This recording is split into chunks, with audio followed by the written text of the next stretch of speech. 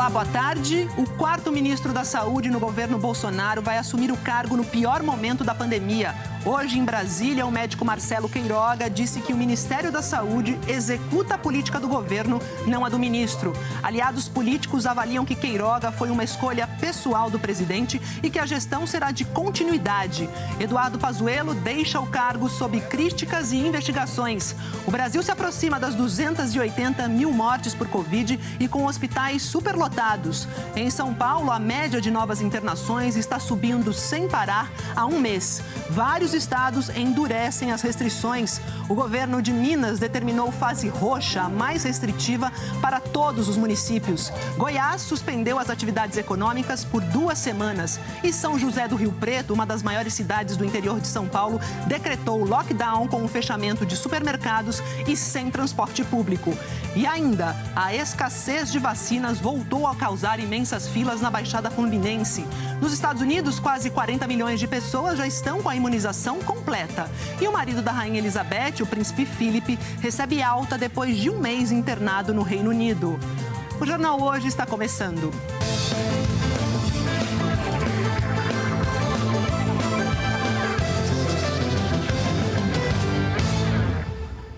O cardiologista Marcelo Queiroga chegou pouco antes das 10 da manhã ao Ministério da Saúde para uma reunião com Eduardo Pazuello.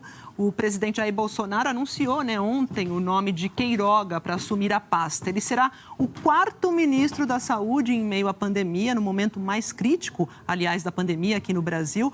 A gente vai direto a Brasília conversar com a Giovana Teles, que acompanhou toda a movimentação nesta manhã, né, Giovana? Boa tarde.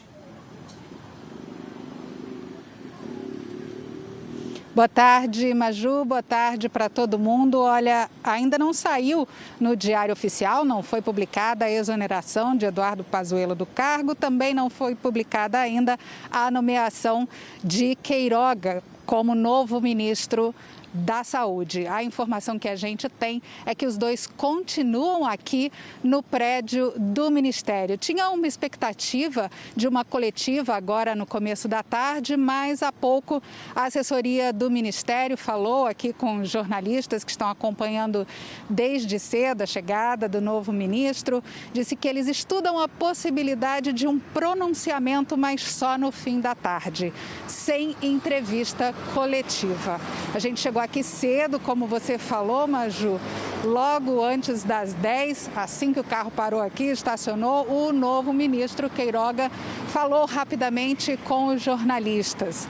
Ele tem falado antes, em entrevistas anteriores a ser indicado para o cargo pelo presidente Jair Bolsonaro, que é a favor da vacinação, que deve ser acelerado o processo de vacinação e que também uma das missões dele é aumentar o número de leitos de UTI. Nessa conversa rápida com os jornalistas, ele não falou de medidas concretas que pretende adotar. E a gente preparou uma reportagem para mostrar um pouco mais do novo ministro para vocês. Logo na chegada, o novo ministro da Saúde falou com a imprensa, mas não respondeu sobre as medidas que pretende adotar. Disse que daria continuidade ao trabalho de Eduardo Pazuello e afirmou que a política de saúde é a do presidente da República. A política é do governo Bolsonaro, a política não é do ministro da Saúde. O ministro da Saúde executa a política do governo. O ministro Pazuello tem trabalhado arduamente para melhorar as condições sanitárias do Brasil e eu fui convocado pelo presidente Bolsonaro para dar continuidade a esse trabalho. Queiroga não quis comentar a gestão de Pazuello. Não tem avaliação da gestão Pazuello, eu não vim aqui para avaliar a gestão Pazuello. Eu vim aqui para trabalhar pelo Brasil, juntamente com o general Pazuello e com os outros ministros do governo Bolsonaro. Vamos buscar as soluções. Eu não tenho vara de condão para resolver os problemas da saúde pública brasileira. Vocês sabem disso. Na entrevista, Queiroga foi perguntado sobre a postura do governo em relação a lockdown, isolamento, vacinação e cloroquina, mas não respondeu. Nós vamos conversar após a reunião com o ministro Pazuello. As minhas posições a respeito desse tema são públicas. Basta vocês pesquisarem. Em entrevista à Folha de São Paulo, no domingo, antes de ser anunciado para o cargo, Queiroga foi questionado sobre o uso de cloroquina. Disse que, abre aspas, a própria Sociedade Brasileira de Cardiologia não recomendou o uso dela nos pacientes e nem eu sou favorável porque não há consenso na comunidade científica. Fecha aspas. Em maio do ano passado, 2 dias depois da gestão do ministro da Saúde, Eduardo Pazuello, divulgar um novo protocolo indicando o uso da cloroquina e da hidroxicloroquina, inclusive para casos leves de Covid, a Sociedade Brasileira de Cardiologia, presidida por Queiroga, divulgou nota em que afirmava que não recomenda o uso da cloroquina e hidroxicloroquina associada ou não à azitromicina, enquanto não houver evidências científicas definitivas acerca do seu emprego. Em entrevista à Globo News no ano passado, o médico defendeu o isolamento social. O isolamento social visa reduzir aquele pico de pessoas que precisam de internação hospitalar. É uma medida recomendada pelas autoridades sanitárias de uma maneira homogênea. Marcelo Queiroga é cardiologista, se formou na Universidade Federal da Paraíba e fez residência no Hospital Adventista Silvestre, no Rio de Janeiro. Nunca ocupou um cargo público, mas em dezembro foi indicado pelo presidente Jair Bolsonaro para assumir uma das 5 cadeiras na Agência Nacional de Saúde Suplementar. A sabatina no Senado não chegou a ser marcada. O cardiologista é muito próximo da família Bolsonaro, principalmente do senador Flávio Bolsonaro, e participou da equipe de transição de governo. Quem também esteve hoje aqui no Ministério da Saúde foi o ministro da Educação, Milton Ribeiro. Ele disse que veio reforçar um pedido que encaminhou em outubro do ano passado. E o pedido é para que os trabalhadores na educação, professores, técnicos, merendeiros, pessoal da segurança, que esse grupo seja considerado prioritário no esquema de vacinação. Disse o ministro Milton Ribeiro acreditar que antes de maio esse grupo esteja vacinado e o objetivo é o retorno das aulas presenciais. Esse pedido dele vale tanto para os profissionais em educação da rede pública e da rede particular. E uma última informação, Maju, Marcelo Queiroga e Eduardo Pazuello devem ir amanhã de manhã ao Rio de Janeiro para uma reunião na Fiocruz. Maju. Certamente para tratar de vacinação, vacina. Obrigada, viu, pelas informações, Giovana. Bom trabalho, boa cobertura para você de Alongo. E o novo ministro assume, como eu disse, no pior momento da pandemia no país, com um colapso no sistema de saúde. E especialistas afirmam que são fundamentais na nova gestão a transparência, no cronograma de entrega de vacinas e a defesa de medidas que cientificamente reduzem a transmissão da doença, que a gente já sabe quais são: isolamento social e uso da máscara. Profissionais da área de saúde afirmam que o Ministério da Saúde precisa assumir o comando nacional na condução da pandemia. Para isso, segundo esse médico, sanitarista e professor da FGV, é fundamental colocar técnicos em posições estratégicas.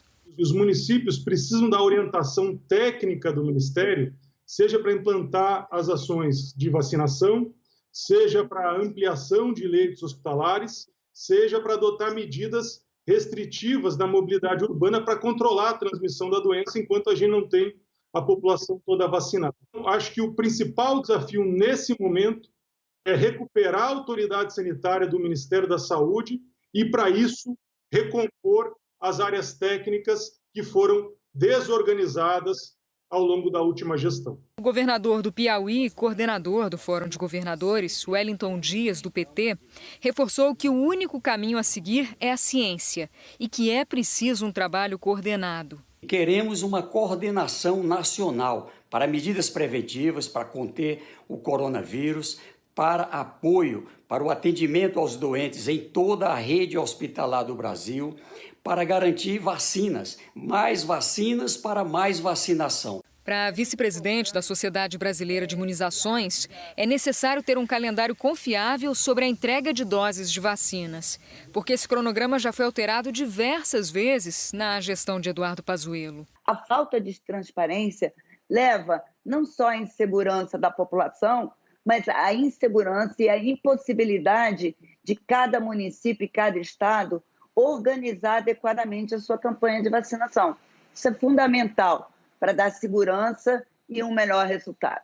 E lembrando que, apesar da vacina ser a melhor ferramenta para a gente controlar essa pandemia, se a gente fica de promessas e de impressão de que vamos vacinar todos em um curto prazo de tempo, as pessoas relaxam para as outras que hoje ainda são as estratégias, né, como máscara, distanciamento. O presidente do CONASENS, o Conselho Nacional de Secretarias Municipais de Saúde, ressaltou que é importante que haja uma ação conjunta entre as diversas esferas, federal, estadual e municipal, defendendo a ciência com o uso de máscara e o distanciamento social.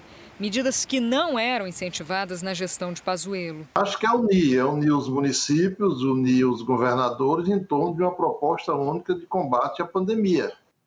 Principalmente não há nenhuma união nacional sob a liderança do ministro, onde a gente consiga falar uma linguagem única, puxar para si a responsabilidade no comando e nas orientações verticalizadas com relação ao combate à pandemia. Especialistas também afirmaram que, com a pressão no sistema de saúde, são necessárias medidas regionais de restrição para controlar a transmissão da doença.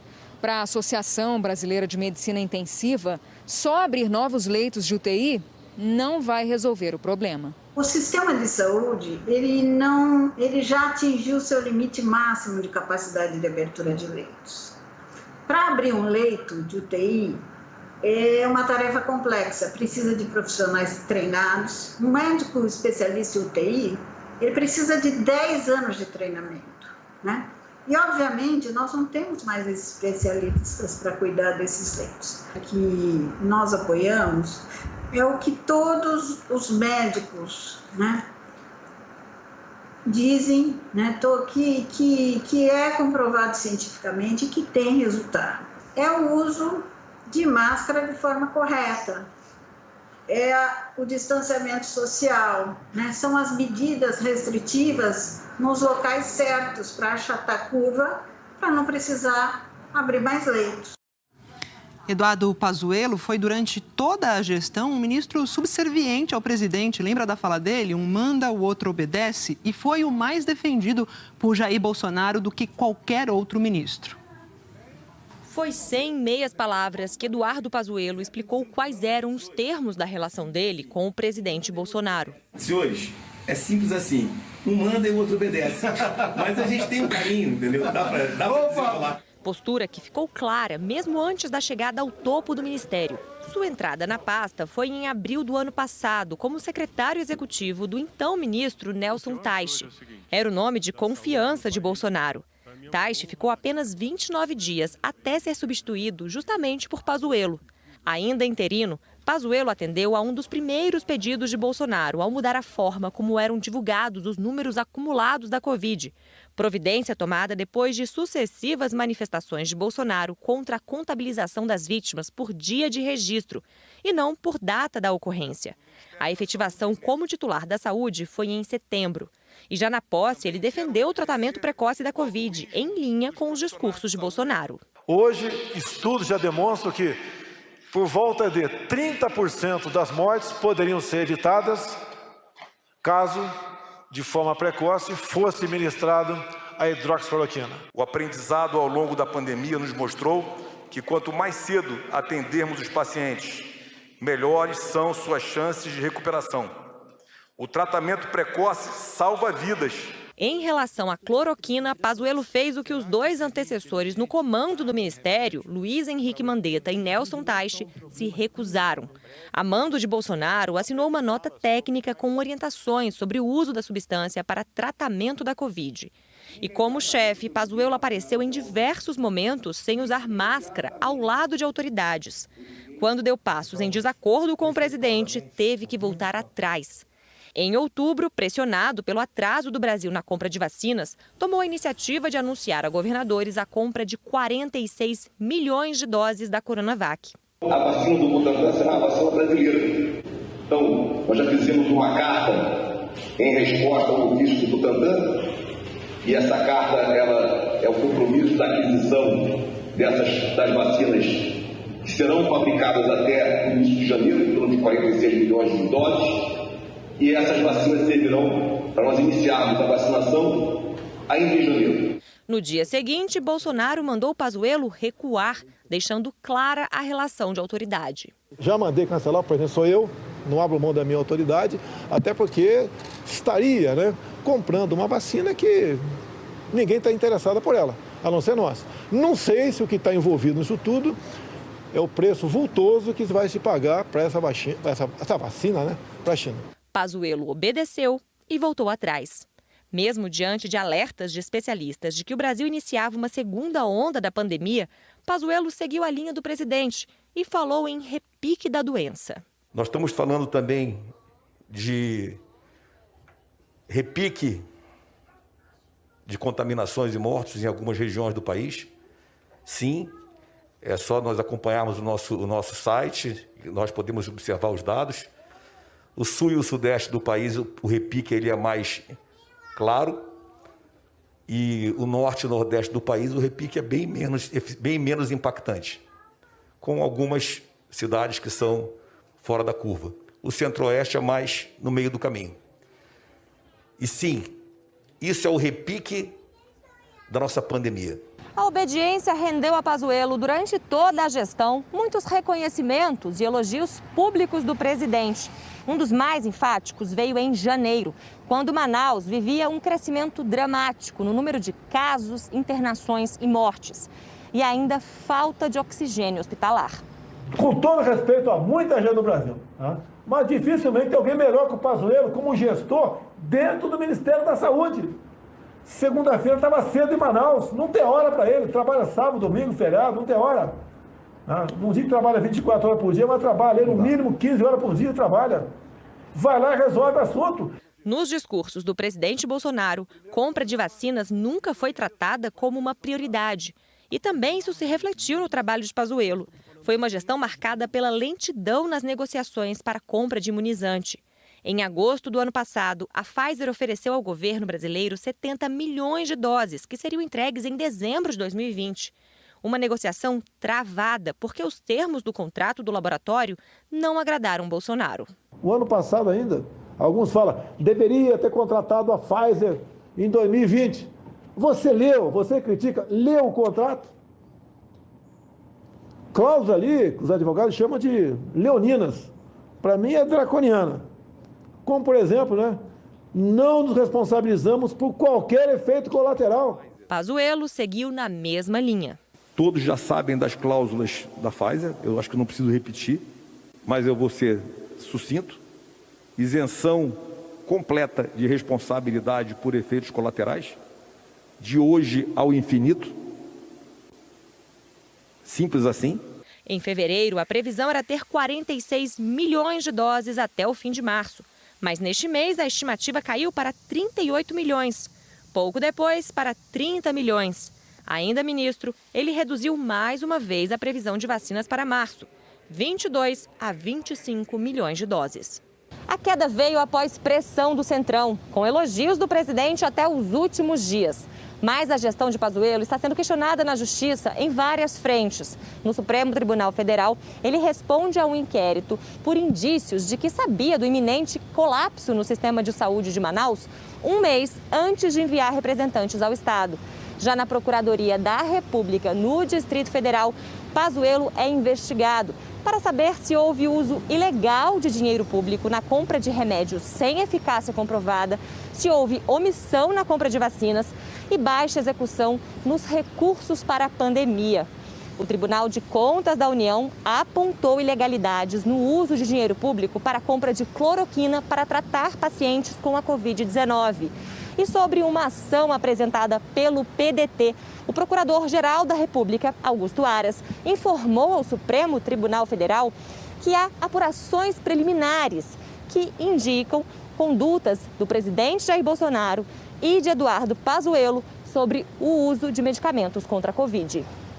Falar agora com a Andréa Sadi, porque está aí, o ministro Eduardo Pazuello saindo criticado, investigado. O ministro Marcelo Queiroga vai assumir com um baita desafio pela frente, Sadi? Mas a escolha do nome do Queiroga não agradou boa parte da base política do governo. Leia-se Centrão, que pressionou para a queda de Pazuello, mas não conseguiu levar o nome que queria, no ministério agora. Boa tarde, Sadi. Boa tarde para você, Maju, boa tarde a todos. Exatamente isso, muitos parlamentares com quem eu conversei hoje mais cedo, na prática usando aquela expressão usada pela doutora Ludmila Rajari. Eles temem que seja uma troca 6 por meia dúzia no sentido de política de saúde do governo Bolsonaro. E agora eles têm mais comprovações disso após essas primeiras declarações do novo ministro falando em seguir, em dar continuidade ao trabalho que vinha sendo feito até aqui. Por que tudo isso é importante? Porque desde o final de semana, no finzinho da semana, o presidente Bolsonaro passou a ser aconselhado a fazer, de fato, uma guinada na política de saúde. Ele foi aconselhado por integrantes do Supremo Tribunal Federal, ministros da Corte e também por parlamentares do Centrão e pela cúpula do Congresso. Então, eles tinham uma expectativa, todas essas autoridades que eu citei, de que, de fato, o presidente pudesse fazer uma mudança na política de saúde por conta da má gestão de Pazuello, que, na prática, a Maju, como a gente sempre fala, executa a política do presidente Bolsonaro.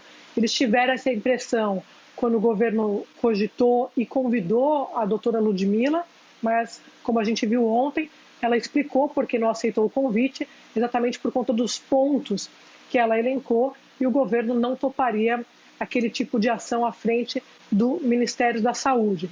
E aí veio essa solução do Marcelo Queiroga. Qual é a outra explicação do Centrão para estar frustrado com essa indicação, pelo menos a maioria dos partidos do bloco? Porque ele é muito próximo do senador Flávio Bolsonaro.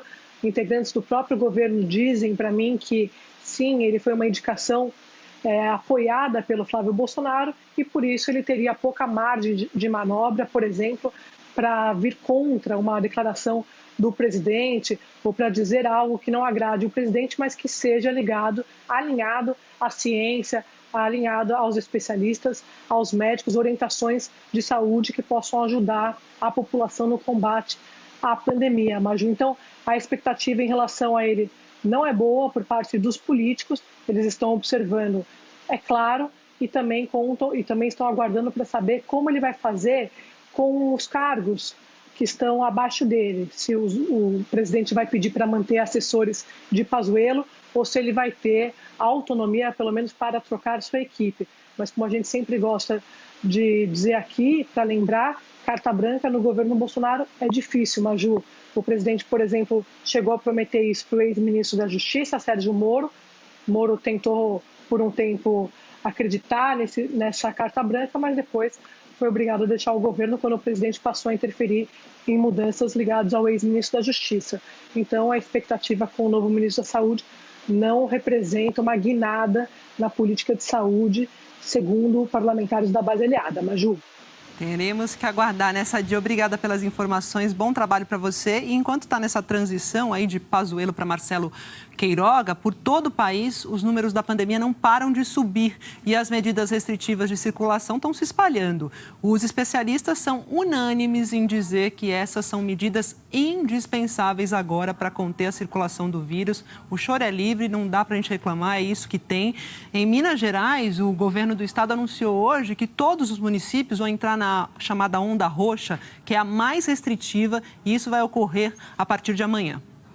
O maior hospital público de Minas Gerais está com 99% de ocupação, situação que se repete pelo estado afora. A capacidade de atendimento está se esgotando e hoje o governador Romeu Zema anunciou medidas mais duras para impedir o avanço da Covid.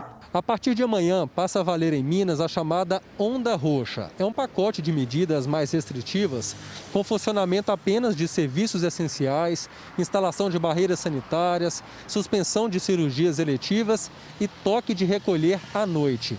Antes, as prefeituras podiam escolher se seguiam ou não as diretrizes do governo. Mas por causa da gravidade da pandemia, agora a adesão é obrigatória.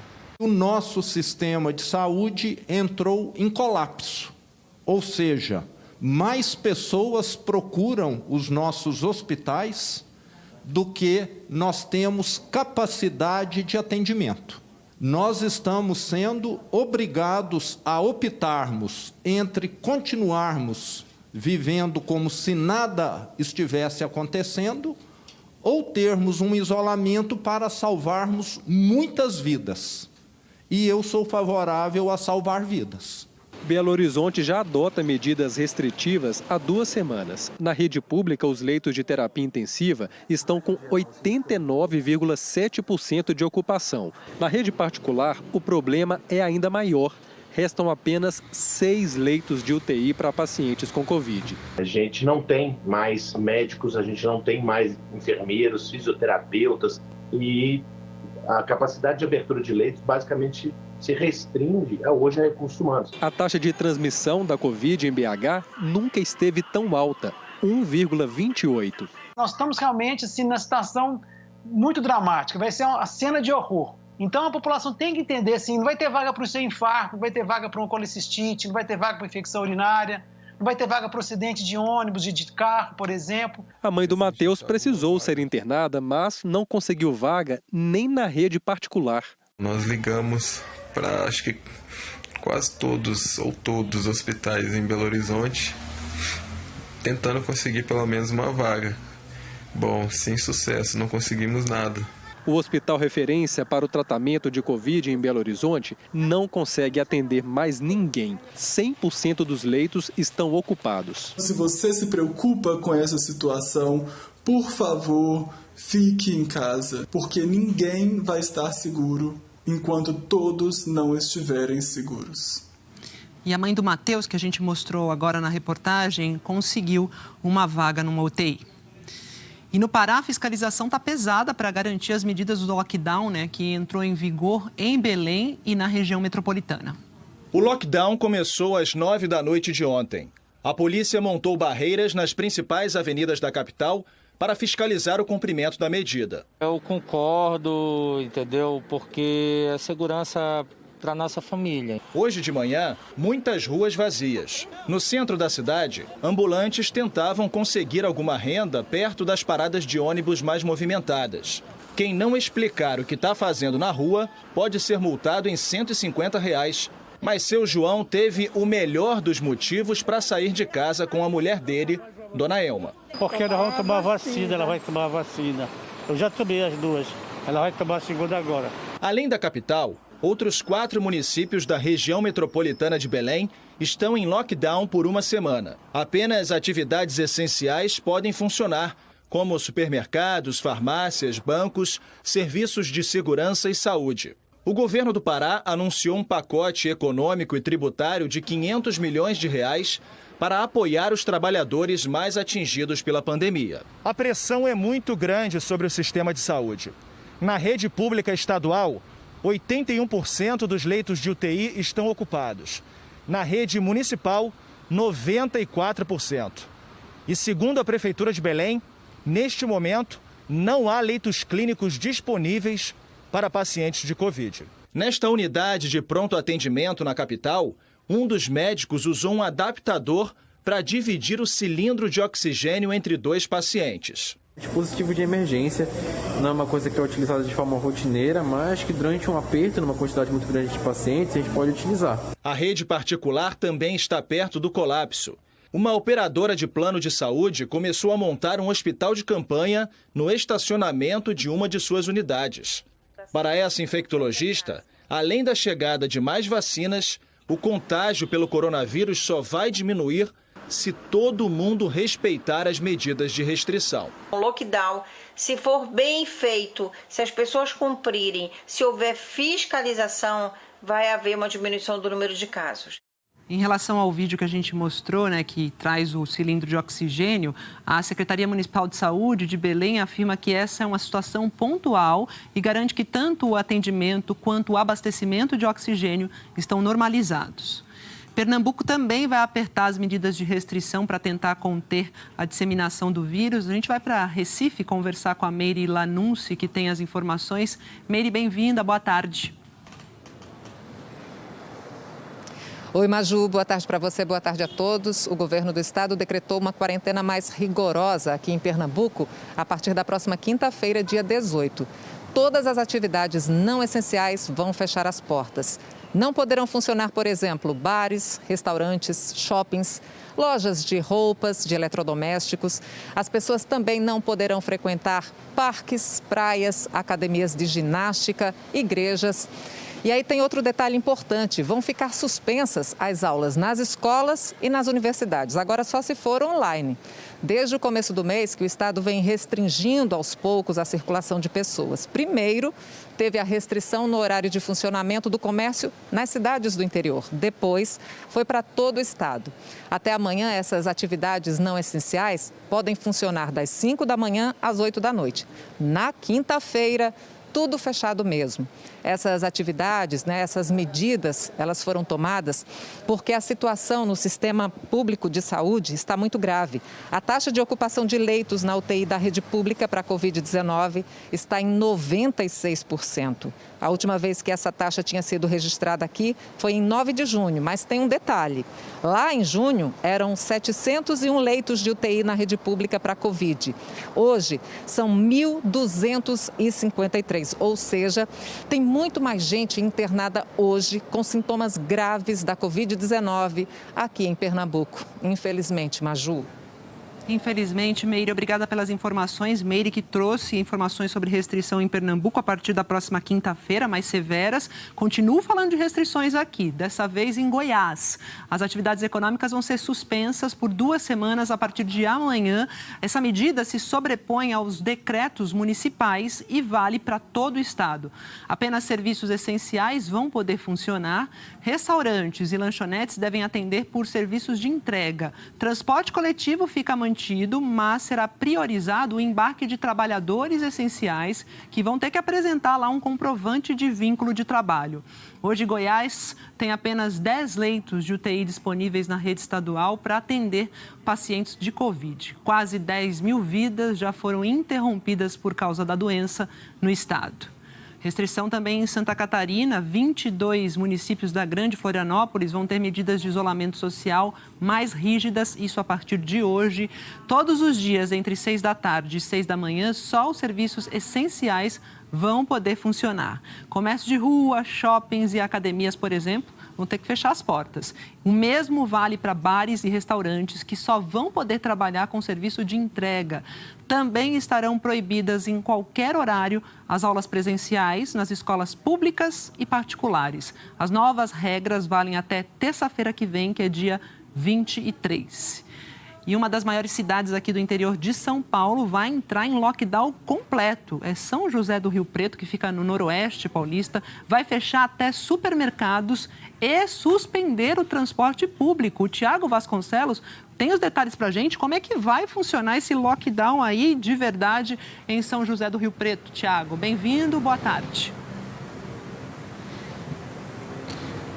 Oi, Maju, obrigado. Boa tarde para você, para todo mundo que acompanha o JH. Essas restrições começam a valer a partir das 0 hora de quarta-feira, ou seja, de hoje para amanhã, e seguem até o fim do mês. Mas, na verdade, nos 5 primeiros dias, até domingo, a situação vai ser bem mais apertada na questão de circulação. A ordem é não sair de casa. Quem precisar fazer isso vai ter que imprimir uma declaração no site da Prefeitura e andar com ela. A Guarda Municipal vai fazer fiscalização e quem não tiver com documento ou com documento falso pode pagar multa de até R$1.000. Os ônibus coletivos não vão rodar até domingo. E aí mototáxis, táxis e também motoristas de aplicativo podem sim rodar. Na questão do abastecimento, os postos vão estar abertos, só que para abastecer só tendo comprovação também, só com a declaração em mãos. Senão a pessoa não consegue fazer isso de forma nenhuma. Os mercados, como você falou, Maju, portas fechadas, não vão atender clientes, apenas com delivery. O pessoal liga e entrega em casa. Aí comércio fechado, farmácias vão poder abrir, as aulas foram todas suspensas a partir de amanhã e até as clínicas médicas, aquelas que estavam com agendamento de consultas daqui para frente, vão ter que fechar as portas pelos próximos 15 dias. A partir de segunda-feira, a situação deve ser flexibilizada um pouco, mas ainda vai seguir bem restritiva. E o porquê disso? Aqui em Rio Preto, todos os leitos disponíveis para UTI, para tratamento da Covid-19, estão praticamente todos ocupados. A gente tem quase 800 pacientes internados com síndromes respiratórias em UTIs e também em enfermarias, quase 200 aguardando transferência para outros hospitais que estão na Central de Regulação de Vagas do Estado. Rio Preto tem hoje quase 51.500 casos confirmados da Covid-19 e nós já passamos de mais de 1.900 mortes da Covid, causadas pela Covid-19. 7 mortes essas registradas de ontem para hoje, viu, Maju? É isso, Tiago. Obrigada pelas informações. Bom trabalho para você. Vou para Salvador, porque lá as medidas restritivas foram prorrogadas até o dia 22 de março. E olha só, já começaram a dar resultado. Veja aí. Para não perder as vendas da Semana do Consumidor, os shoppings de Salvador reforçaram o sistema de drive-thru. Há 16 dias, esses centros comerciais estão de portas fechadas, além de lojas de rua, bares, restaurantes e praias. Apenas serviços essenciais podem funcionar. As mesmas regras são cumpridas em 8 municípios da região metropolitana. As restrições em Salvador e cidades vizinhas foram prorrogadas até a próxima segunda-feira, dia 22.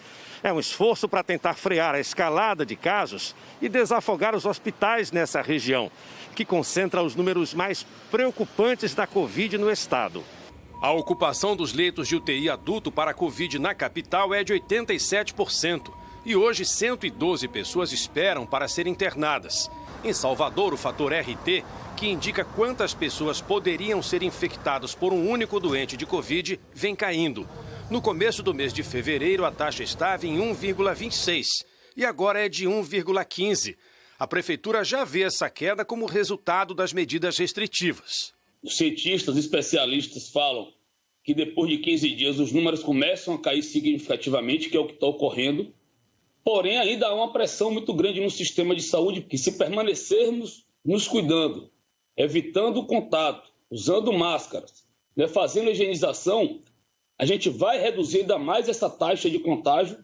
Consequentemente, vamos reduzir a demanda sobre o sistema de saúde e vamos poder voltar o mais rápido possível, principalmente liberando aí as atividades não essenciais. Mas, por enquanto, este infectologista diz que o índice ainda está alto e, por isso, a população não pode relaxar nos cuidados, inclusive dentro de casa. Não é a questão somente, elas não vão pegar Covid somente porque elas estão usando máscara na rua, mas, de repente, elas vão pegar Covid porque elas vão começar a receber dentro das suas casas um parente. Esquece de que, se você não está convivendo com aquela pessoa, você tem que botar aquela pessoa para usar máscara dentro da sua casa. E no Paraná, a Secretaria de Saúde emitiu um alerta para a falta de medicamentos que são usados para entubar pacientes com Covid que estão internados em hospitais públicos. Vou conversar com o Murilo Souza, que conta para a gente qual é a situação exatamente. Bem-vindo, Murilo. Boa tarde. Oi, Maju. Boa tarde para você. Boa tarde a todos. Segundo a Secretaria Estadual de Saúde, há risco iminente de faltar medicações para os hospitais aqui do Paraná.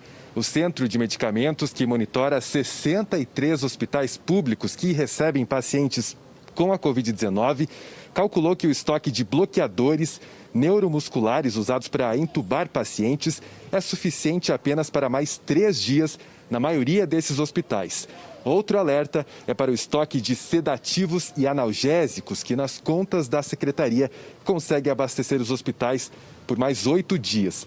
O governo diz que vem tentando comprar mais desses remédios por várias frentes, como via Ministério da Saúde, pregões eletrônicos e junto aos laboratórios, mas que vem tendo dificuldades devido a esse momento crítico da pandemia em todo o Brasil. Os hospitais aqui do Paraná estão muito próximos do limite. A taxa de ocupação de leitos de UTI do SUS está hoje em 96%. E ontem, a fila de pacientes à espera de leitos bateu um novo recorde. São 1.320 pessoas, 612 apenas para a UTI. Uma situação muito crítica aqui no Paraná, Maju. 1.300 essa fila de espera por leitos. Obrigada, Murilo, pelas informações. Bom trabalho para você.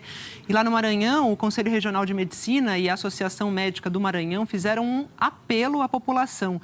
Eles pedem que as pessoas respeitem as medidas de isolamento social. Então, a gente vai falar sobre isso lá com Alex Barbosa, que está em São Luís. Chegou ao apelo, né, Alex? Vamos lá, boa tarde. Oi, Maju, boa tarde a você, boa tarde a todos. Pois é, os médicos disseram que estão exaustos com as contaminações que não param de aumentar. Hoje começou a montagem aqui em São Luís de um hospital de campanha, que vai funcionar naquela casa de eventos ali. Aqui em São Luís vai ter capacidade para 70 leitos clínicos e 10 leitos de UTI. Ontem, a rede estadual abriu mais 44 leitos de UTI para Covid em São Luís. Mesmo assim, o sistema já está com 87% de ocupação.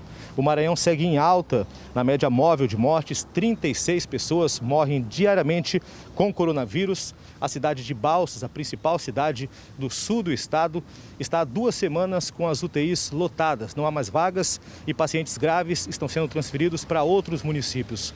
O governo do estado apertou as medidas de restrição no comércio para tentar conter o avanço da pandemia. Serviços não essenciais funcionam somente até às 9 horas da noite. Bares e restaurantes estão fechados desde ontem. Estão autorizados apenas os serviços de entrega. Mesmo assim, a taxa de isolamento do Maranhão é uma das menores do país, 44%. Muita gente ainda circula sem máscara e continua havendo festas e aglomerações nos fins de semana. Ontem, o Conselho Regional de Medicina e a Associação Médica Maranhense fizeram um apelo. Disseram que os médicos estão trabalhando no limite. Nós estamos exaustos, cansados, né? Psicologicamente todos estão muito pressionados. Nós já temos no Maranhão mais que 43 médicos que já morreram ao longo desse último ano enfrentando a pandemia, incontáveis enfermeiros, incontáveis auxiliares de enfermagem. E o que nós observamos é que, paradoxalmente, apesar de nós termos sido cada vez mais reconhecidos, né, como heróis, enfrentar a pandemia, mas as pessoas esquecem de tomar medidas que poderiam aliviar o trabalho dos heróis. E em São Paulo, o número de novos leitos que as redes privada e pública podem abrir está chegando ao limite. Isso porque não há mais profissionais de saúde. Você viu aí eles falando também, qualificados. Isso não é só em São Paulo, no mercado. Falta gente para contratar, enfermeiro, médico, equipe de UTI. Leva tempo para se formar esse pessoal. Há um mês, a média móvel de novas internações por dia começou a subir e não parou mais, batendo recorde atrás de recorde. UTI da Santa Casa de São Carlos, no interior de São Paulo, 5h30 da tarde de ontem. Um homem de 30 anos está prestes a ser entubado e diz ao médico que está com medo de não conhecer o filho. Ele e a mulher ficaram sabendo da gravidez há 20 dias. Vamos fazer de tudo, vai dar tudo certo, tá? Não quer conhecer o filho. E vai, tá? O médico que consolou o paciente é o coordenador da UTI. O Dr. Luiz conta que cada vez mais os hospitais estão cheios de jovens em estado grave. A princípio eram pacientes idosos com múltiplas comorbidades. Hoje eu tenho pacientes mais jovens que eu internado na UTI, evoluindo de forma grave, alguns evoluindo com óbito. Isso deixa a gente cada vez mais desgastado, né? O gráfico da média móvel de novas internações por dia está subindo sem parar há um mês. No dia 16 de fevereiro, o estado registrou média de 1.445 novas internações por dia. Ontem chegou a 2.736, 88% a mais. O número é muito maior do que o registrado na primeira onda. Em 16 de julho, a média móvel de novas internações diária foi de 1.972. O cardiologista Said Assaf trabalha em UTIs de hospitais em Araraquara e Matão, também no interior do estado. E chama atenção para como as pessoas estão se contaminando. As histórias são de pacientes ou familiares que fizeram algum evento entre uma família mesmo, poucas pessoas, 5, 10 pessoas, e que acabaram se contaminando. Às vezes um churrasco de final de semana, às vezes um aniversário que foi comemorado dentro de uma própria família. Tanto que isso acaba gerando várias histórias familiares de acometimento da doença e gravidade dessa doença, inclusive com óbitos de vários parentes de primeiro grau, pai, mãe, filhos, enfim, irmãos. São Paulo bateu mais uma vez o recorde no número de pessoas internadas ao mesmo tempo, 24.285.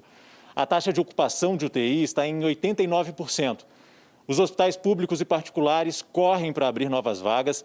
Juntas, as duas redes já têm cerca de 30 mil leitos para pessoas com Covid, mas esse número deve parar de subir nas próximas semanas. Isso porque já não há mais profissionais de saúde qualificados para atender os pacientes. As pessoas vão ter a falsa segurança de que tem uma UTI, mas é uma UTI que não funciona como deveria. É importante todos entenderem que quando você tem, por exemplo, 85% de taxa de ocupação, você tecnicamente já está colapsado. O ritmo de entrada e saída de pacientes de UTI faz com que, com essa taxa de ocupação, já haja uma demora para admitir o próximo paciente. O aumento vertiginoso na quantidade de casos associado a uma doença em que o doente fica muito tempo internado nas UTIs, nós vamos chegar a 100% de ocupação em todas as UTIs rapidinho. E olha só, até agora, pelo menos 75 pessoas morreram em São Paulo esperando um leito de UTI. Nas últimas 24 horas, 679 mortes foram causadas pela Covid e foram registradas no estado, né? Esse é um novo recorde. A Secretaria Estadual da Saúde disse que vai abrir até o fim do mês mais de 1.000 novos leitos para pacientes com Covid-19. E no Rio Grande do Sul, o número de mortes por Covid subiu tanto nas últimas semanas que o registro de óbitos na capital gaúcha vai receber reforço no atendimento. As filas para conseguir uma certidão de óbito e enterrar um parente morto por Covid aconteceram no fim de semana. A espera pelo documento chegou às 5 horas em Porto Alegre, quando 403 pessoas morreram por causa do coronavírus em todo o estado. O sogro do Gessé foi uma dessas vítimas. Só essa semana eu perdi 2 amigos, né? A questão da Covid. Está sendo muito doloroso. Muito doloroso. E a gente está cada vez mais com medo, né? Na primeira quinzena de março, foram emitidas mais de 1.000 certidões na capital, contra menos de 800 no mesmo período em anos anteriores. A partir de 20, 25 de fevereiro, sim, começou a subir fortemente. Nós temos hoje um aumento de mais de 100% dos óbitos normais, desde o dia 25 de fevereiro para cá. É assustador. Entre março do ano passado e a metade de janeiro desse ano, foram 10.000 óbitos por Covid no Rio Grande do Sul. Desde então, o número saltou para mais de 15.000. Com isso, o serviço de registro de óbitos foi reforçado em Porto Alegre. O plantão vai ser aumentado, o número de pessoas também vai ser aumentado e está se procurando também agora aumentar o espaço a partir da próxima semana. Nós estamos passando por um momento muito delicado. O aumento das mortes por Covid acontece ao mesmo tempo em que os hospitais do Rio Grande do Sul, tanto públicos como particulares, estão superlotados e já não conseguem mais atender todas as pessoas que precisam de UTI. Hoje pela manhã, só aqui em Porto Alegre, 298 pacientes graves esperavam por um leito em uma unidade de terapia intensiva. No Hospital de Clínicas, que é referência no tratamento de Covid, pacientes que precisam de cuidados intensivos estão em ventilação mecânica na emergência. E na Santa Casa, a emergência também está superlotada. Realmente é um novo momento que a gente está vivendo e, infelizmente, pelo que nós observamos, tanto nas emergências como nas UTIs, a tendência ainda é, pelo menos nesses últimos dias, de crescimento. Um alívio é que os hospitais que estavam quase sem medicamentos começaram a receber hoje sedativos e relaxantes para entubar pacientes. 35.000 unidades vão ser distribuídas em todo o estado. Resposta aqui da Secretaria da Saúde do Rio Grande do Sul, que diz que nos próximos 15 dias vai abrir 127 leitos adultos de terapia intensiva. E diz também que desde o começo da pandemia, o governo já criou mais de 1.300 vagas de UTI. Já lá no Rio Grande do Norte, a taxa de ocupação dos leitos de UTI está perto de 100% e as unidades de pronto atendimento lá da Grande Natal já não estão dando mais conta da alta demanda. Essa ambulância ficou parada com uma senhora de 82 anos da meia-noite até as 10h30 da manhã em frente a uma unidade de pronto atendimento de Natal. Não havia leitos para internação. Na mesma UPA, uma família lutava para conseguir um leito de UTI quando recebeu a notícia da morte. Quando a gente chegou aqui, disseram que meu pai faleceu. Ontem à noite, 3 pacientes tiveram paradas cardiorrespiratórias ao mesmo tempo na UPA. Um deles estava em uma cadeira e precisou ser reanimado no chão. Por conta da situação crítica, o atendimento chegou a ser suspenso na unidade. 1h50 mais ou menos a gente está aguardando aqui e infelizmente a gente recebeu uma notícia aí que tem 3 pessoas que teve parada e a médica precisou ir para ajudar, né? E daí a gente ficou sabendo que infelizmente não está tendo mais atendimento. Segundo a Secretaria de Saúde de Natal, a unidade está funcionando bem acima do limite, com 240% de ocupação. Aqui, 11 pacientes esperam por um leito de UTI em um hospital. A superlotação nas UPAs da região metropolitana de Natal já é reflexo da taxa de ocupação de leitos de UTI Covid no Rio Grande do Norte, que passa dos 96%. Na manhã de hoje, 115 pacientes esperavam por uma unidade de terapia intensiva, mas só havia 7 vagas em todo o estado. O Rio Grande do Norte tem hoje 552 pessoas internadas nas UTIs das redes pública e particular. A Prefeitura de Natal e o governo do estado abriram novos leitos e devem ativar pelo menos mais 70 até a próxima semana. Desde o dia 6 de março está valendo o decreto com toque de recolher entre as 8 da noite e as 5 da manhã no Rio Grande do Norte. Mas outras medidas devem ser anunciadas amanhã. Queremos e mostramos a necessidade que seja intensificada essas medidas restritivas, como está fazendo outros estados, para a gente, digamos assim, dar uma parada nesse nível de transmissão e daqui a 10, 15 dias a gente poder respirar um pouco mais aliviado e as pessoas que estão demandando leitos também ter oxigênio para respirar. E a taxa de transmissão da Covid aqui no Brasil continua subindo. De acordo com o Imperial College de Londres, a taxa divulgada hoje é de 1,23. Isso significa que cada 100 pessoas contaminadas transmitem a doença para as outras 123. 2 semanas atrás, essa taxa de transmissão estava em 1,13. Quando a taxa de transmissão fica acima de 1, indica que a doença ainda está avançando sem controle. Vamos aos dados, então, da pandemia aqui no Brasil, de acordo com o levantamento do consórcio de veículos de imprensa. Hoje a gente começa pela média diária de mortes, que voltou a bater recorde pelo 17º dia seguido, 17 dias já seguidos. São 1.855 óbitos por Covid a cada dia. Isso representa aqui 46% a mais do que 2 semanas atrás. Tendência de alta acelerada, olha como está subindo lá o nosso gráfico.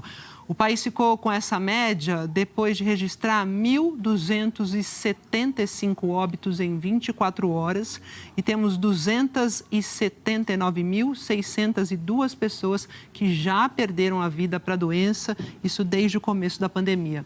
Os novos casos registrados foram 42.446. O total é de 11.525.477.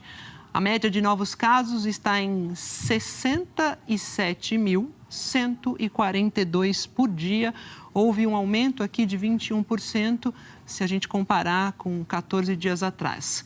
No mapa, a gente acompanha agora a situação pelo país, no momento que eu já disse aqui, repito, é o mais grave da pandemia.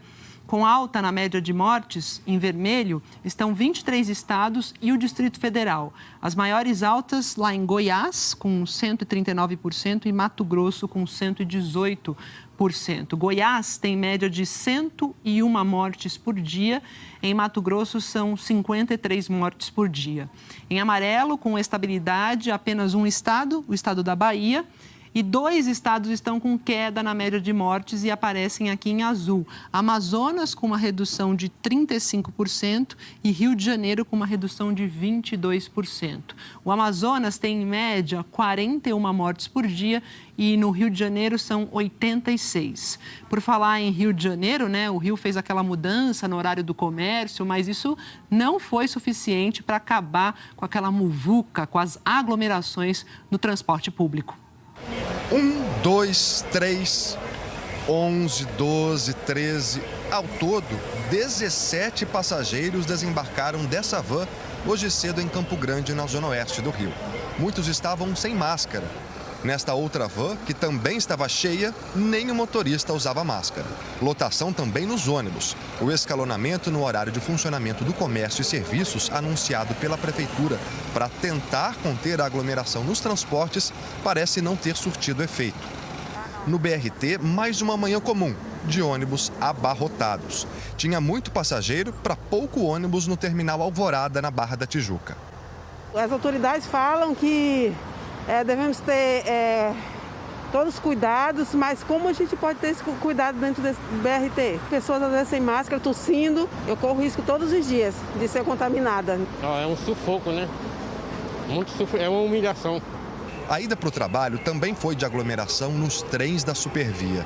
Acabou de chegar um trem para a Central do Brasil, está muito cheio esse trem, muita gente está aqui vendo se vai conseguir embarcar ou não. Lá dentro já falta espaço para os passageiros. O trem lotado foi embora e olha quanta gente que ficou aqui tendo que esperar o próximo. Nesse não deu para embarcar. Não dá para ir não, é cheio demais. Todo dia, segunda a sexta. Né? Tratam a gente como bicho.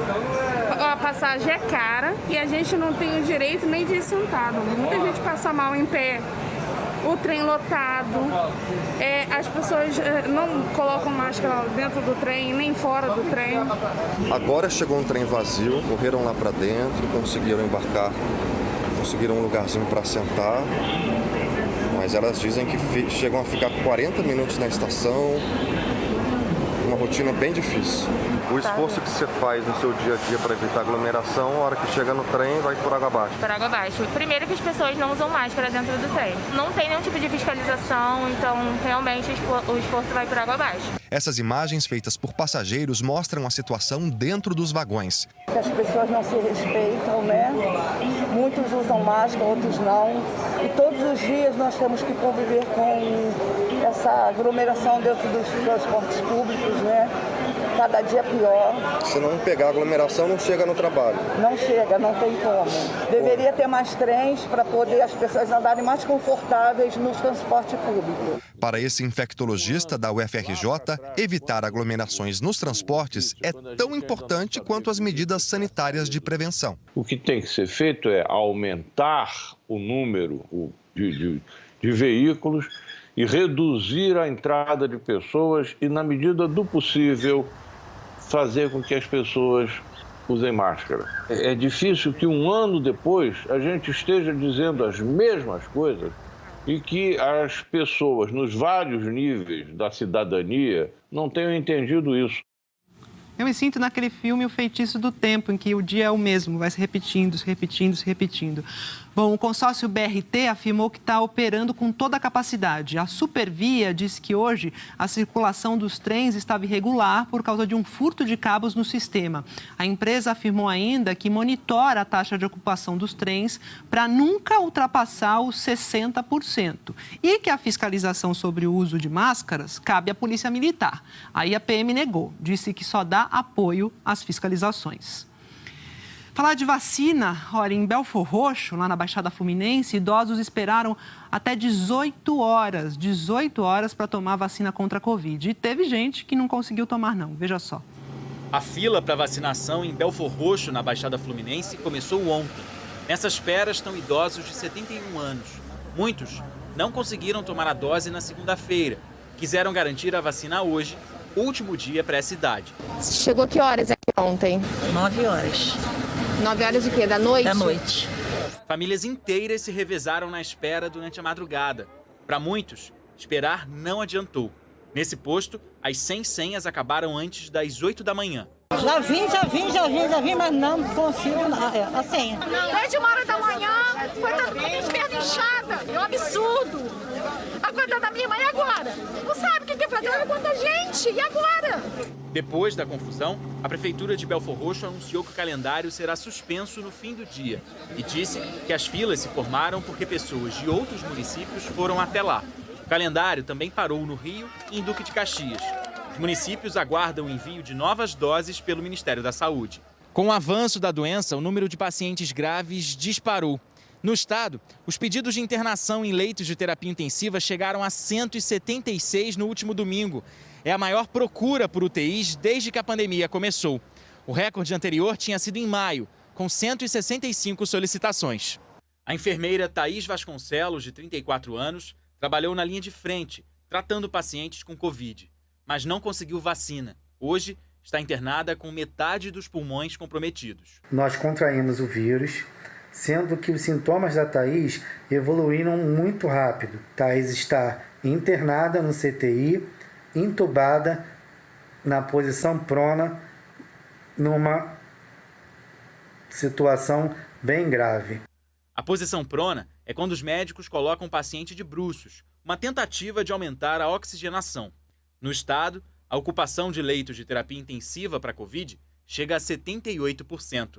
Nos hospitais públicos da capital, está em 90%. As enfermarias, bem perto disso, 86%. Nas unidades particulares, a situação também é apertada. As UTIs estão com 85% de lotação aqui no Rio. Na região dos Lagos, não há mais vagas em toda a rede privada. Na rede pública, são 1.151 pessoas internadas com sintomas de Covid só na capital. 36 pacientes esperam por uma vaga. A gente está em alerta máximo para abrir novos leitos e garantir aí o atendimento para todas essas pessoas. A média de espera por um leito está em torno de 7 horas. Tem muitas transferências entre hospitais e entre a região metropolitana. E a nossa preocupação é muito alta desse número aumentar ainda mais. Nesse posto de saúde, no Complexo do Alemão, na Zona Norte, a terça-feira começou cheia de novos pacientes com sintomas de coronavírus. Já constam 19 pacientes antes das 9 horas da manhã. Ontem, as equipes desse posto atenderam um número recorde de pacientes com a doença. Foram mais de 100 pessoas, 3 vezes mais do que no início do mês. Tivemos uma explosão no número de casos sintomáticos respiratórios, tendo atendido 111 pacientes com sintomas gripais e tendo removido um paciente de 34 anos sem comorbidades, quadro grave, que precisava de suporte. E a Prefeitura do Rio de Janeiro disse que esta semana vai abrir mais 56 leitos de Covid. O Ministério da Saúde se comprometeu a abrir outros 70 leitos na rede federal também esta semana. Sobre os problemas da vacinação que a gente mostrou em Belfor Roxo, o Ministério Público do Rio disse que tem uma reunião agora à tarde com representantes da Secretaria Municipal de Saúde. Vamos ao ritmo da vacinação aqui no país. 365.313 pessoas receberam a primeira dose em 24 horas. Assim, o Brasil ultrapassou a marca de 10 milhões de vacinados com a primeira dose, né? Precisamente aqui a gente tem 10.081.771 pessoas. Isso corresponde a 4,76% da população brasileira. E a segunda dose foi aplicada em 3.672.422 pessoas. E isso significa que 1,73% da população, menos de 2%, que recebeu a segunda dose, a dose de reforço. Números ainda muito baixos, insuficientes para conter a pandemia. O Brasil precisa de mais vacina para a gente frear essa crise. E 25 estados e o Distrito Federal atualizaram os dados da vacinação. Os que mais vacinaram aparecem em azul escuro aqui no mapa. Os números mostram o percentual de pessoas que tomaram a primeira dose, tá? Em relação ao total da população. Os 5 que mais aplicaram a primeira dose até agora continuam os mesmos, né? Amazonas, São Paulo, Distrito Federal, Mato Grosso do Sul e Rio Grande do Sul. Vacina sim, vacina já, vacina para ontem. Mais detalhes sobre a vacinação e a pandemia no seu estado você confere em g1.com.br/coronavírus. E enquanto aqui no Brasil, como eu mostrei há pouco, né, a gente tem pouco mais de 10 milhões de pessoas que tomaram a primeira dose da vacina contra a Covid, nos Estados Unidos já são 71 milhões de vacinados com a primeira dose. A gente vai falar sobre isso com o nosso correspondente Ismar Madeira, porque os americanos que têm mais de 65 anos é que estão na frente aí, né, nessa lista, foram os que mais receberam a primeira dose nos Estados Unidos, né, Ismar? Boa tarde para você.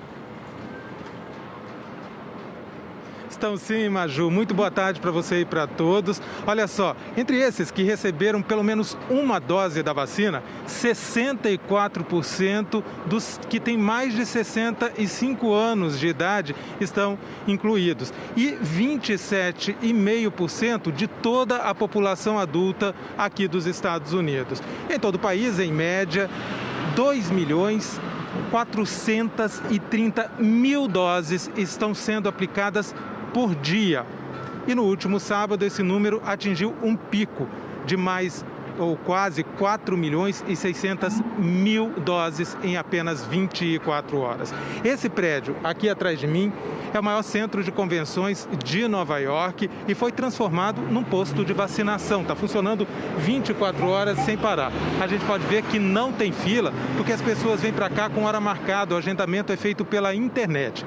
Além dos idosos, também já podem se vacinar pessoas que têm doenças como hipertensão, diabetes, asma e trabalhadores essenciais, como motoristas de táxi, de ônibus, professores, trabalhadores em restaurantes, em supermercados. O presidente Joe Biden disse que até o dia 1º de maio, todos os adultos vão estar elegíveis, ou seja, já vão poder marcar a sua vacinação. E a indústria farmacêutica está avançando nos estudos para vacina em crianças e adolescentes. A Moderna anunciou que já está selecionando crianças entre 6 meses e 12 anos de idade para fazer testes aqui nos Estados Unidos e no Canadá. E a Pfizer já está fazendo testes com adolescentes entre 12 e 15 anos de idade. Mas os resultados nesses casos ainda vão demorar um pouquinho para sair, viu, Major? Então, maio você já vai poder marcar a sua vacinação, né, Ismar? Torcendo aqui por você com aquela inveja boa, se é possível dizer isso. Tchau, bom trabalho. E a Agência de Medicamentos da União Europeia afirmou hoje que está firmemente convencida dos benefícios da vacina da AstraZeneca em prevenir a Covid. O órgão regulador vai divulgar na quinta-feira o resultado da análise de alguns casos de trombose em idosos, mas já reforçou que não há indícios de relação com esta vacina. Alguns países europeus suspenderam temporariamente o uso das doses da AstraZeneca durante a investigação. A farmacêutica afirmou que já foram aplicados 17 milhões de doses na Europa e que os 37 casos de trombose entre os vacinados representam um número menor do que as centenas que seriam esperadas na população em geral. Ontem, o diretor-geral da OMS disse que a grande ameaça que a maior parte dos países enfrenta é a falta de vacina. E agora deixa eu fazer uma correção aqui. Agora há pouco a gente disse que 1.900 pessoas morreram de Covid lá em São José do Rio Preto, no interior de São Paulo. Na verdade, durante toda a pandemia, morreram 1.239 pessoas em São José do Rio Preto.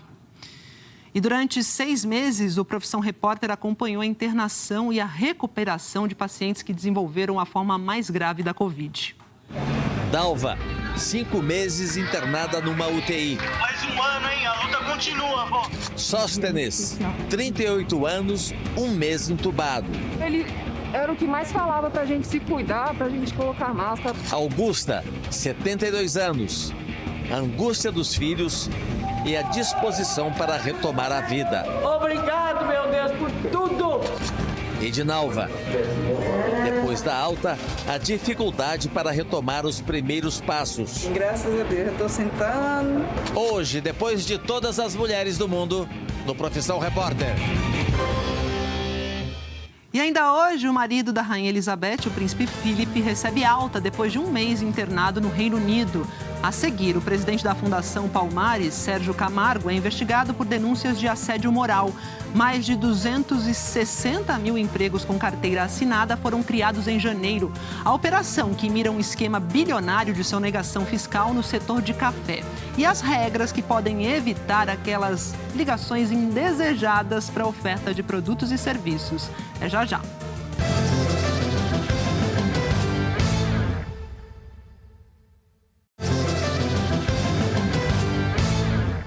Voltamos para falar daquelas ligações que às vezes chegam nos piores momentos, quando você está almoçando, por exemplo, ou acabando de acordar.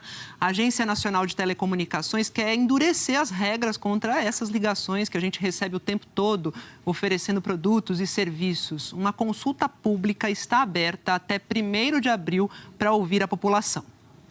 O telefone de seu Antônio não para com tantas ligações desconhecidas. Liga 10 horas, 11 horas, não tem horário, sábado, domingo, feriado, entendeu? toda vez que o consumidor recebe dezenas de ligações de uma empresa que jamais contratou, esse contato, essa ligação, pela Lei de Proteção de Dados, já considera-se uma ligação abusiva. Atualmente, o consumidor pode tentar interromper essas ligações com ofertas de empréstimos consignados e de serviços de telefonia, por exemplo, pelo site Não Me Perturbe, gerenciado por prestadoras de serviços de telecomunicações e bancos. É preciso cadastrar um telefone fixo ou celular e o nome das empresas que se quer bloquear. E as ligações precisam parar em até 30 dias. Desde 2019, o programa realizou 3,5 milhões de bloqueios. Mas o seu Antônio diz que no caso dele não adiantou. Quantas ligações você recebe por dia? 10 por dia. Estou pensando em trocar o número de telefone para ver se vocês vão continuar. Ele não está sozinho. A Anatel registrou mais de 22 mil queixas contra operadoras de telemarketing no ano passado. Também existem outros canais, aplicativos do Ministério Público, dos PROCONs, que é possível que o consumidor cadastre o seu telefone e bloqueie para chamadas não desejadas. A Anatel quer endurecer as regras para o setor e o consumidor pode fazer parte dessa mudança. Uma consulta pública está aberta até o dia 1º de abril para quem quiser opinar. Uma das propostas é estabelecer, por exemplo, que as operadoras de telemarketing precisem de autorização prévia do consumidor para oferecer qualquer produto ou serviço por telefone. É feita uma nova proposta de regulamento que é submetida ao Conselho Diretor da agência, que dão a redação final e aprovam o regulamento. A partir do momento em que este regulamento está aprovado, todas as prestadoras de telecomunicações têm que cumprir o que está ali, sob pena de sofrer sanções, os acompanhamentos por descumprimento das regras. A solução para esse problema vai trazer um alívio danado para Ana Cláudia, que trabalha com celular e vive recebendo ligações assim. Então, é uma situação constrangedora, porque eu não quero receber essas ligações, não me dizem respeito, não são relacionadas à minha vida e eu não posso fazer nada. Então, Ana Cláudia, seu Antônio, que recebe 10 ligações indesejadas por dia, corre lá na página do JH na internet, que aí você pode ver como participar dessa consulta pública e entender melhor as mudanças propostas. O Brasil criou pouco mais de 260 mil empregos com carteira assinada em janeiro deste ano. Esses dados foram divulgados hoje. Esse é o melhor resultado para o mês desde o início da série histórica, que foi em 1992. Os setores da indústria e serviços foram responsáveis por mais da metade das vagas abertas. E uma operação em 4 estados investiga um esquema bilionário de sonegação de impostos no setor de café. São mais de 200 mandados judiciais. Os detalhes com a repórter Catulin Tanan, ao vivo de Londrina. Boa tarde, Catulin. Oi, Maju, boa tarde para você, boa tarde a todos. Os mandados judiciais estão sendo cumpridos em 39 cidades, do Paraná, São Paulo, Minas Gerais e Espírito Santo. Até agora, 24 pessoas foram presas, mas nenhum nome foi divulgado. Essa está sendo considerada a maior operação de combate a fraudes tributárias no setor já feita nos 4 estados. O objetivo dessa operação, chamada de Expresso, é aprofundar as investigações sobre um esquema de sonegação de cerca de R$1 bilhão em impostos estaduais e federais, na compra e também na venda de café em grãos. Segundo a polícia, os alvos da operação são grandes atacadistas e corretores de café em grãos do Paraná, além de transportadores, proprietários e representantes de torrefações e empresas de fachada. Os nomes das companhias também não foram divulgados. Ainda de acordo com a polícia, as empresas negociavam o produto sem nota fiscal ou com informações falsas inseridas nessas notas. As investigações começaram há mais de 2 anos e, além da sonegação, a polícia apura crimes como falsidade ideológica, lavagem de dinheiro e associação criminosa. Maju. Obrigada pelas informações. Bom dia para você.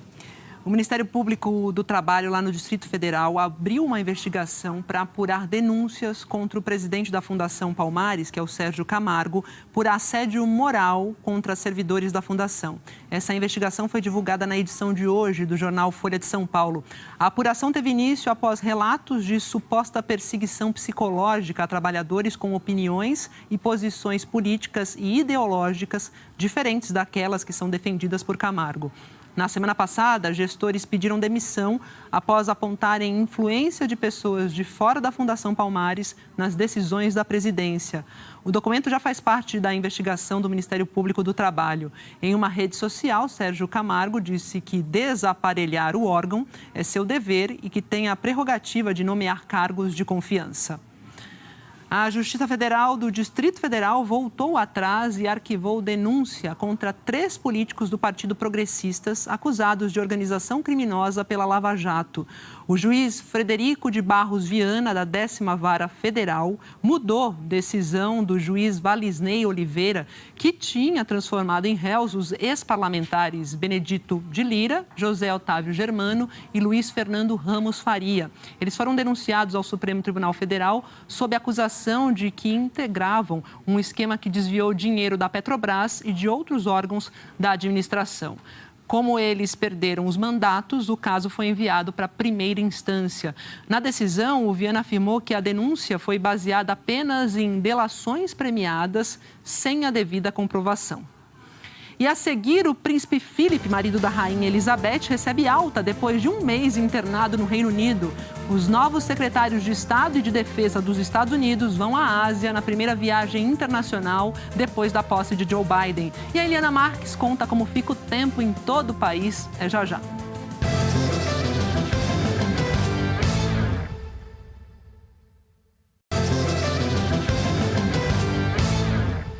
Voltamos com notícia da família real, porque o marido da rainha Elizabeth, o príncipe Philip, de 99 anos, saiu do hospital. Ele estava internado, fazia exatamente um mês. O Palácio de Buckingham divulgou uma nota dizendo que ele foi liberado depois de tratar uma infecção e passar por um procedimento para uma condição cardíaca pré-existente. Então a gente fala sobre isso com a nossa correspondente, a Cecília Malan, que está lá em Londres, e conta o que já se sabe sobre o estado de saúde do príncipe Philip, né, Cecília? Boa tarde. Muito pouco, Maju. Boa tarde a todos. Só se sabe que o príncipe Philip voltou ao castelo de Windsor, onde a rainha tem se isolado desde o início da pandemia. Os médicos não deram detalhes sobre a infecção que ele teve, mas disseram que não tinha ligação com Covid. Foram 28 noites hospitalizado, o período mais longo que ele já passou internado. O Duque de Edimburgo, como também é chamado, chegou a ser transferido de hospital para passar por um procedimento cardíaco. Por causa das restrições impostas pela Covid, ele só recebeu a visita do filho mais velho, o príncipe Charles. Hoje, o herdeiro ao trono disse estar muito feliz com a saída do pai e que já se falaram por telefone algumas vezes. Philip e a rainha, que estão casados há incríveis 73 anos, receberam a primeira dose da vacina contra a Covid em janeiro. Enquanto o marido se recuperava no hospital, Elizabeth II seguiu trabalhando, aquele senso de dever inabalável que já virou a marca registrada dos 69 anos de reinado da monarca. Ela manteve as conversas semanais com o primeiro-ministro britânico por telefone e ainda participou de reuniões virtuais com cientistas, o ministro da Economia e membros das Forças Armadas. Mês que vem, Maju, a rainha completa 95 anos e em junho o Duque de Edimburgo comemora um século de vida. 100 anos passando por essa pandemia, hein? Forte. Obrigada, viu, Cecília? Bom trabalho para você. E pelo menos 37 jornalistas foram presos em Myanmar desde o golpe militar, que foi em fevereiro. 19 permanecem detidos. A informação é da Organização das Nações Unidas. A ONU também afirmou que o número de mortos aumentou na semana passada e que está se tornando cada vez mais difícil confirmar informações no país. Desde que os militares tomaram o poder em Mianmar, no dia 1º de fevereiro, 149 pessoas foram mortas em protestos contra o golpe. Ainda de acordo com a ONU, mais de 2.000 pessoas estão presas arbitrariamente e 5 morreram sob custódia, sendo que 2 delas apresentaram indícios de que foram torturadas. A porta-voz de direitos humanos da ONU, a Ravina Shamdasani, pediu mais uma vez para que os militares parem de matar e deter os manifestantes. E os novos secretários de Estado e de Defesa dos Estados Unidos fizeram a primeira viagem internacional. E o destino escolhido foi a Ásia, onde eles querem retomar a influência americana por meio de 2 de seus aliados mais fiéis, que são o Japão e a Coreia do Sul. Hoje aqui em Tóquio, Antony Blinken e Lloyd Austin cumpriram uma extensa agenda. Encontro com os ministros das Relações Exteriores e Defesa do Japão e mais tarde com o primeiro-ministro Yoshihide Suga. Antony Blinken fez um alerta ao que chamou de coerções e agressões chinesas nas disputas sobre soberania marítima, um capítulo sensível da relação Japão e China. As autoridades americanas e japonesas também falaram de cooperação econômica, política, militar e parcerias no combate à pandemia e ao aquecimento global, e prometeram esforços conjuntos para manter a estabilidade na região. Yoshihide Suga vai a Washington no início do mês que vem. Para isso, recebeu a primeira dose da vacina contra a Covid hoje. Cerca de 80 membros da comitiva japonesa também serão vacinados. Suga será o primeiro líder estrangeiro a ser recebido na Casa Branca por Joe Biden. Outros temas da viagem dos secretários são a situação de Mianmar e o programa nuclear da Coreia do Norte, principal tema da visita a Seul, que começa amanhã. Kim Yo-jong, irmã do ditador norte-coreano Kim Jong-un, teria criticado manobras militares simuladas feitas em conjunto entre Estados Unidos e Coreia do Sul na semana passada e dito que a nova administração americana se esforça para espalhar cheiro de pólvora pelas terras norte-coreanas. As declarações foram divulgadas pela mídia estatal do país. Vamos de previsão do tempo agora com a Eliana Marques, que já está por aqui nessa última semana do verão. Vamos lá, né, Eli? Boa tarde. Boa tarde para você, Maju. Boa tarde a todos. Olha, o Brasil bateu recorde na geração de energia solar no último sábado, quando faltava exatamente uma semana para o verão terminar. Os dados foram divulgados hoje pelo Operador Nacional do Sistema Elétrico e se referem a um recorde de pico, ou seja, foi a 1h26 da tarde do último sábado que a geração de energia solar chegou a 1.561 megawatts, suficiente para abastecer 14,4% da região Nordeste. O último recorde desse tipo tinha sido registrado em 3 de abril do ano passado. O Nordeste é uma das regiões que tem tido mais áreas com sol em tempo integral. Isso ajuda na geração de energia solar. Por outro lado, derruba os índices de umidade do ar. Hoje devem ficar bem baixos nessa área aqui e também nessa outra que aparece em laranja no centro-sul do país. Sem chuva e com mais sol e calor, o risco de fogo aumenta. As áreas com risco alto de pegar fogo hoje são essas aqui que aparecem em vermelho no mapa. Maju. Vai do Nordeste até sul do país, pegando parte do Centro-Oeste, né, Eli? E onde chove?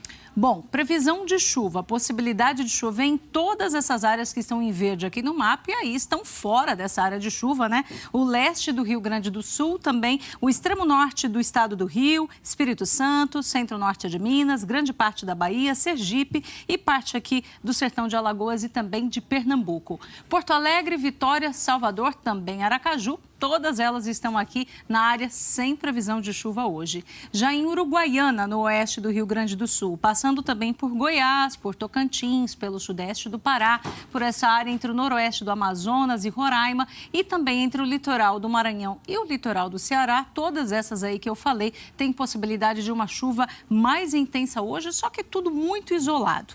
Manaus e Goiânia estão na área das pancadas de chuva e Belo Horizonte, que andava com o tempo bem firme, né? Pode ter alguma chuva hoje, mas bem isolada também. E a mesma coisa no Rio de Janeiro, Maju. E Eliane, e amanhã? Eu me lembro, assim, de você falar de frente fria, que em algum momento ia chegar aqui por São Paulo, não lembro se na capital, mas que ia chegar, como é que fica? Pois é, essa frente fria aí, olha, entre hoje à noite até amanhã de madrugada, ela deve se formar. Essa frente fria se forma lá no litoral gaúcho e aí na quinta-feira é que ela avança afastada pelo litoral, mas até a altura do litoral de São Paulo. Essa frente fria vai mexer pouco com as temperaturas, mas vai aumentar a chuva entre a região sul, São Paulo e também Mato Grosso do Sul. Amanhã volta a chover em Porto Alegre, 20 milímetros, e chove mais ainda, 40 milímetros em São Luís Gonzaga, que fica no oeste do Rio Grande do Sul, no noroeste, melhor dizendo. Bons volumes de chuva também são esperados em Foz do Iguaçu, no oeste do Paraná, em Campo Grande e em Ponta Porã, que fica no sul de Mato Grosso do Sul. E aí, quinta-feira, a chuva aumenta também em Curitiba, 20 milímetros, em Paranaguá, no litoral do Paraná, são esperados 40 milímetros e em Campo Mourão, que fica mais ao norte do estado, 45 milímetros. Quinta-feira, a chuva também aumenta bastante aqui em São Paulo e na região de Presidente Prudente, que fica no oeste do estado. Então, aqui pra gente, chuva mais encorpada na quinta. Isso, hoje pode ter uma chuva forte, isolada, mas quinta é que ela aumenta mais. Aguardemos então. Obrigada, Eliana. Até amanhã. Até amanhã. Obrigada a você também pela companhia. O Jornal Hoje vai terminando por aqui. Você acompanha outras notícias lá no Jornal Nacional e para rever as nossas reportagens, acesse o Globoplay. Boa tarde, até amanhã. Boa tarde para vocês, até amanhã.